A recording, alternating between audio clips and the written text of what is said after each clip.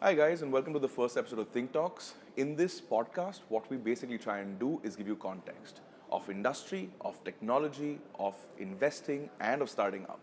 In every podcast, our idea is to follow a thematic approach with a technologist, an entrepreneur, and an investor providing you insight into everything to do with that part of industry.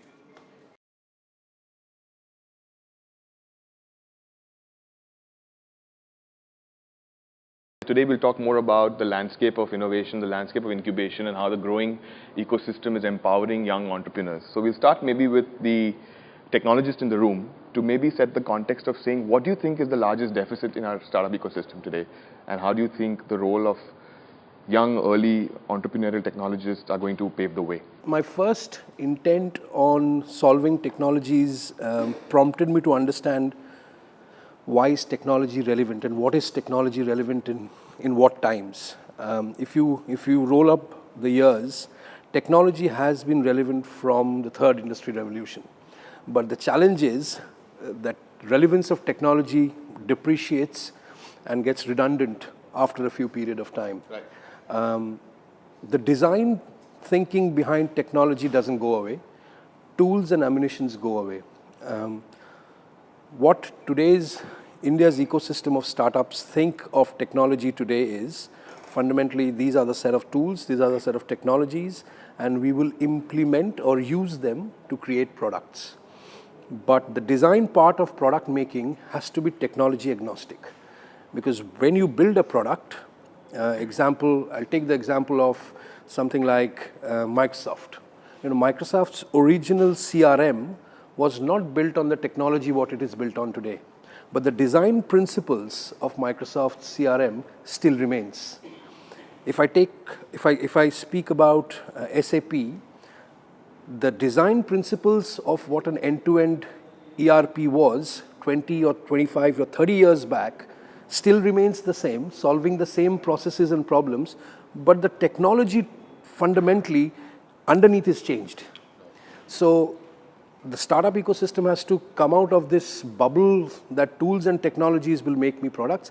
It's the design part of product which is fundamentally. What do you think is lacking from an India context? Why are we thinking more tools and not from fundamental product designing? So I think we are not lacking. India has been a services a country for far too long. India championed on services, the world of Infosys got created, TCS got created. So India always championed on the onshore, offshore model of, selling ourselves cheaper to the Western world or to Northern Americans. In the last 4 years, the paradigm has started to shift, and when we say we are going to be the third largest digital economy, you can't champion on services. India India basically started understanding what products is. So from a services country, India becomes a product country. And that is where we are right now. And it is not a gap. I think it's a transition phase. And we as a country, we as a community of startups and enthusiasts around the startup community would figure that out, that agnostic to industry, agnostic to tools and technology, the product ultimately takes over services. So I don't agree it's a gap, but I think it's a transition. Arjun, I think fundamentally we are in a transition. Right, absolutely. But do you agree that maybe, and then we will ask the entrepreneur in the room about that, do you agree that fundamentally in part of our learning and development process, design needs to be an integral part of our growing up? Things such as user experience. These are things which are fundamentally not part of anyone's curriculum or anyone's, even later on social upbringing, right? We are always judged by, तूने क्या degree किया है? तूने which courses have you attended, which classes did you go to, which job did you have, and what profile did you have. We're a resume, sort of a resume focused country. So that's always the first thing. The acquisition of skills is always the first thing any student thinks about or any professional starts thinking about. So how incubators and innovation labs are actually fostering this spirit of design-led innovation, right? So do you think, Shalin, that there's a sudden upsurge, again, we'll talk about this in a little more detail, there's a sudden upsurge of incubators, accelerators, and co-working spaces in our ecosystem today? First, do you think that there's a natural demand for this, and how do you think this is going to pave the way for the next decade? I think there's a lot of them in India. I think that there needs to be the right model. I think so. For example, it's very hard to just copy an accelerator model that's American. European countries have been doing this as well unsuccessfully, Asian countries. I think there needs to be a little bit of an India focus. And what I mean by that is finding where those areas of need are. So I think Pranav and I were talking earlier about communication skills. You know, you have amazing entrepreneurs and amazing technologists in India. They're not good at communicating. And at the end of the day, if you can't communicate something, you can't sell it. You can't sell it to people that want to believe in you. You can't sell it to an investor. You can't sell it to a customer. Then really you just have something that you're holding on to, which is basically a research product. And with a research product, you can't get anywhere. So if incubators, accelerators, et cetera, kind of focus on these types of issues that Indian entrepreneurs have, I think it would be far more interesting. Yeah. So just jumping in there, do you think, like, just following up from what we were chatting also, do you think then today, in today's time, how you have folks going out there looking, like I said, for your technology lead to help you build a solution because you have a proposition, right? They're not enough, or not any people going out there and say, I'm going to look for an orator who knows how to go out there and sell my brand. Doesn't have to be a salesperson, but just somebody who can communicate in the simplest manner about my brand. In India currently, all these new product companies are coming. But guess who's championed this space? The government's championed this space right now. So they've got an Aadhaar product, they've got a Bheem, they've got a UPI, they've got a GST application database. So they have basically said, look, the enterprise community, look the Reliance Industries and the Tata Group and the Adanis and the Vedantas and the Asian Paints of the world, and then told the startup ecosystem, you know, we have done 10 products with various technology providers, but who's their biggest salesman? Honorable Prime Minister is selling the biggest of the product. So if we take that template out and just use that template, I might create great products, but he's a fabulous orator, he's a fabulous articulator, and so is Nandan. So is Pramod Verma, the architect behind Aadhaar. So all of them could basically say what the intent of these products were. This is the first time in the history of India's technology evolution that the government has leapfrogged compared to the startup and the enterprise systems. Because right now, we have 10 digital products and platforms which we are all got to adopt, and they're actually pretty good. So I think that's a learning. The startup ecosystem and the enterprise community of the country should learn that, you know, when they built it, they never spoke about it. And when they went live, they got the best salesman in the country to talk about it. So there is a learning. How you adapt to your context right now is a very different model. So just jumping in there with a question for Shalin actually. So as an investor looking at early stage opportunities any given time, would the enabling of the entire ecosystem with something like the India Stack portfolio then tell you that, hey, you know what, now I can look at innovation. Now I can look at something that has rural appeal. Now I can look at something that's going to tap into tier 2 and tier 3 because suddenly there's a platform for them to go out and do it. Yeah, so sure, it certainly is a provision for enabling many of these devices that kind of the government has come up with. It certainly enables, but I think regardless, other companies may have found other ways to get into and penetrate into tier 2 and to tier 3. So it didn't necessarily stop me before, but this definitely helps because now, you know, a startup doesn't have to think about how do I get there. They have a way to get there without having to think too much. But I mean, I think the other piece is generally in tier 2, tier 3, it's a little bit harder because the logistics, the infrastructure, et cetera, don't exist. So it's just, you know, the Amazons and Flipkarts who have tons of money are struggling with these problems in these tier 2, tier 3 cities. So there is pent-up demand. I mean, so in places like Chandigarh, Ludhiana, a lot of the massive luxury sales are actually happening in those cities in terms of per capita, right? So number of BMWs sold or number of, you know, Gucci watches or whatever it is, it's very high in those tier 2, tier 3 cities. And so I think there's massive opportunity. It's just tough to get there. One thing they were very clear about, and why I think is the reason for whatever success it's seeing, is they didn't look at our 2% of the population and solve for them. They solved for the country, right? And I think a lot of startups, especially in India, and for that matter, as a part for the role to be played by an incubator or accelerator also, is to look at products and entrepreneurs who are able to see that as part of their vision.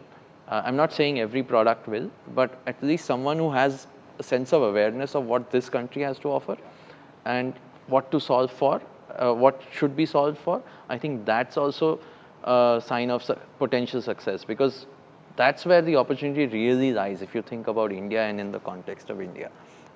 It's not always in the cities, it's not always in even the tier 2s for that matter. So that's also another learning to look at from the government. I mean, those apps went from 1 to 10 million, 20 million users in no time.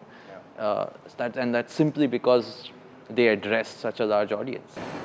They say necessity is the mother of all invention. So the question that I have for you guys is, some of the solutions that we're coming up with, I think because we're thinking of from an India context, and India has a huge scale issue, right? We solve for the billion, we don't solve for the million, right? Correct. Which someone said interestingly is that when we take applications or solutions from Western parts of the world, again, I'm going to make a general comment, and bring it to India, it collapses because it can't take the power of the scale. Correct. Do you think that that is again an opportunity in disguise, an opportunity that when we are creating today, that is going to be a robust solution for this part of the world? Shalin?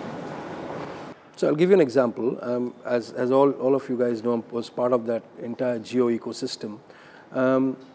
They were in a conundrum on deciding what, and I would have to get a little technical to explain this to you. You know, the entire concept of content delivery network. And they trialed and tested for millions of people on a content delivery network. But ultimately they realized they are catering to a 1.2 billion outreach when they started. And they had to scrap the entire import of a content delivery network product, and they had to build their own. So I think you're right. India will fundamentally find a way to deal with mass, and the product which fundamentally, and I always believe in this space is, you know, India was known to the whole world for one product when we were growing up in the West, and that was Finacle. What was India's representation in the product world in the 90s and late 90s? It was Finacle, Infosys' financial banking application. And now, it's such an amazing feeling that, you know, in that space, people talk about Zoho. It is a global product. So I think you'll see more and more of Zohos, which will fundamentally represent the country. And they are not solving for the country. They're solving probably the same problem for a lot of problems outside the country as well. Because a stack is a stack. When you have such a massive application pool to cater to and solve a product, that will be catered to the entire APJ and the Asian countries. And of course, the West or North America might have a similar tool set, but they will not ignore that product, which is coming out of these shows. Now that we see that there is a revival of the focus back on, there was I think an upswing in the cycle of investments in the landscape. There's a little bit of a recalibration that happened, or is happening rather as we speak. I think everyone is still hopeful and aspirational that there will be an upcycle again. What do you think? Is money coming back in to boost innovation? Yeah, I think there's always cycles, and I think there's certainly enough of a bandwidth in India to continue to grow. I mean, growth in general for India broadly, forget technology, is so dramatic. If we're looking at China-like numbers, there's bound to be continuous growth from a technology perspective as well. But you know, to your point earlier, is I think sometimes the investors are the one that ruin ecosystems. I agree. And I think India is one of those places where investors have completely ruined the ecosystem. I'm talking about the SoftBanks and Tigers of the world that have invested in massive amounts of money. You know, like housing.com was one example for me in my mind, is where I thought the product was fantastic. I thought the entrepreneurs were fantastic, but too much money just ruined it for them. I just don't think. Still open to SoftBank investment. Do you think that sort of that instead of with the investor mentality of can I find the next big opportunity versus at the early stage versus can I constantly look for businesses that are sustainable, generating revenue and possibly making profit? As an investor, I would imagine you'd always want to look at the second category, right? Your moonshot is always something you'd hope for, but you're not going to risk averse yourself for sustainable businesses. How would you think that sort of fits in?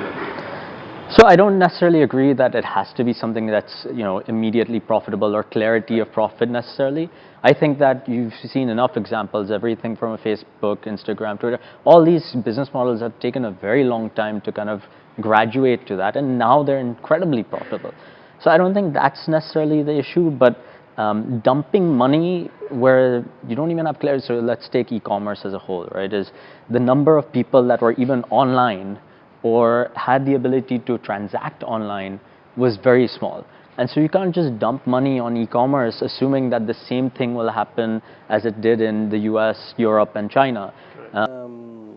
One thing which Pranav is speaking about is, I think, the encouragement of investment which happened in the Valley and in Cambridge and Oxford groomed startups, and the difference right now is ultimately they invested to ensure that a business stands on its own feet, not from an exit point of view.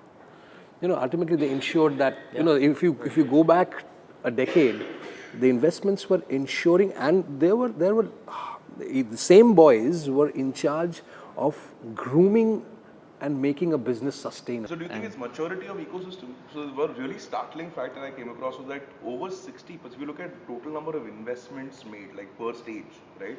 And you look at US, UK, China, India, and I think France was the 5th country that they were looking at, and say that, you know what, in this scenario, if you look at the spread of what number percentage of investments have been made early stage, I think the median we saw with the other 4 was about somewhere between 70 to 25% is the median of early stage investments. Of that country. Of that country. Right. In India, that number stood north of 60% of the entire deal size.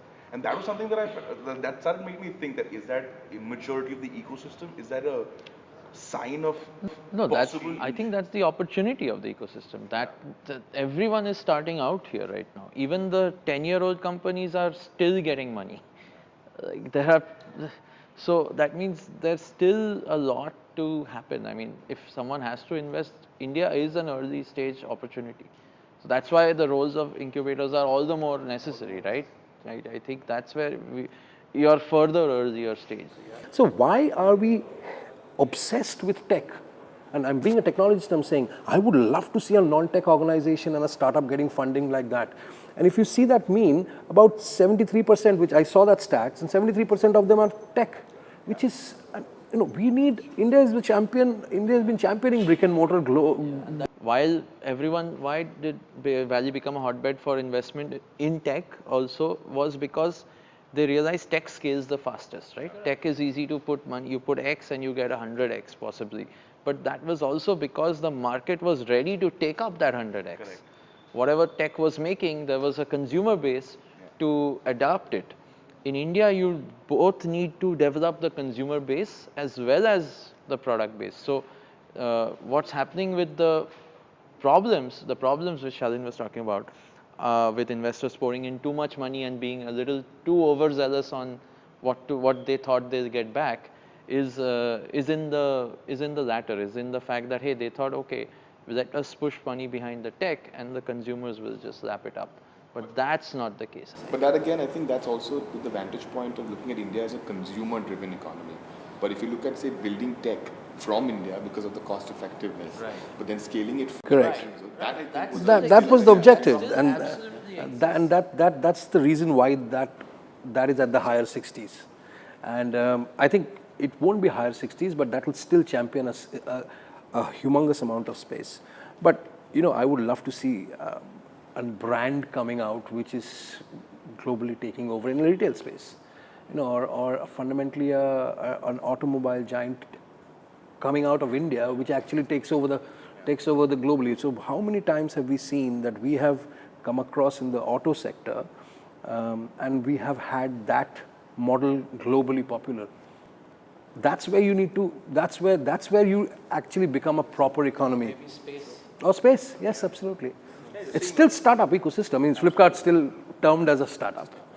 Yeah, I would say even in finance, for example, if you look at Kotak or Yes Bank, they're considered startups in finance as well, because they're still raising money today. They're publicly listed and they're raising hundreds of millions of dollars, you know, last week or last month. And so I think all these guys are still startups, and they're mature companies in our minds, but they're pretty new in finance. Yeah, absolutely.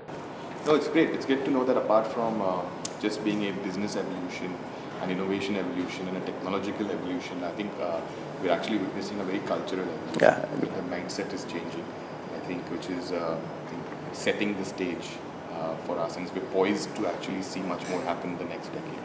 Hand-holding by an incubator and angel at an early stage versus getting a micro VC or an institutionalized fund to come in. And I'd love thoughts from everybody on this because loads of experience. I think there's loads of personal experience in each scenarios as well. I think every entrepreneur knows, however confident they may be, and I think the more seasoned you get or the more times you fail, you become better. But I think every entrepreneur knows they can use all the help they can get. So when they're starting out, regardless of what their prior experience may have been, I think it's amazing if they get help from incubators, if they're part of one, early angels if they have any. I think that incubators, accelerators are an integral part of the community. I don't, they're maybe just half a step below friends and family. They're, not quite charity, but close enough.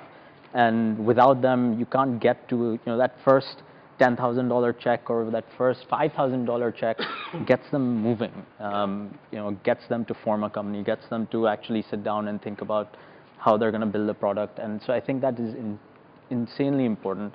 When you are incubated and accelerated, you should be considered very lucky because it's at the end of the day you believed in the people, because at that stage you don't have anything tangible in your hand. But on the others, from a very different perspective, you should also know that today's generation, the millennial generation we talk about, they are disrupting like anything. They are always ideating, and it's a learning for a lot of incubators and accelerators. So the learning is, I think, bi-directional, and the more quickly you learn from the first slot, you can use it for your second lot. And the bi-directional nature of this learning is going to keep us going as well. I read this last line which says that a child gives birth to a mother. Right? I think that's the essence of what we're trying to say, that you actually learn from the startups to know exactly how you can nurture them and add more value to them over the next cycles. Right? Absolutely. Well, thank you. Thank you for your time. It was wonderful chatting. Thank you so much. Thank you, guys. Thank you. Thank you so much for watching the video. We hope you guys liked it. If you did, like, share, subscribe, comment at the bottom of the video feed. If there's any feedback you may have on format, on functionality, please do let us know. We thrive on what you guys have to say. There's a lot more in store in the next few weeks, and I hope you guys are staying tuned.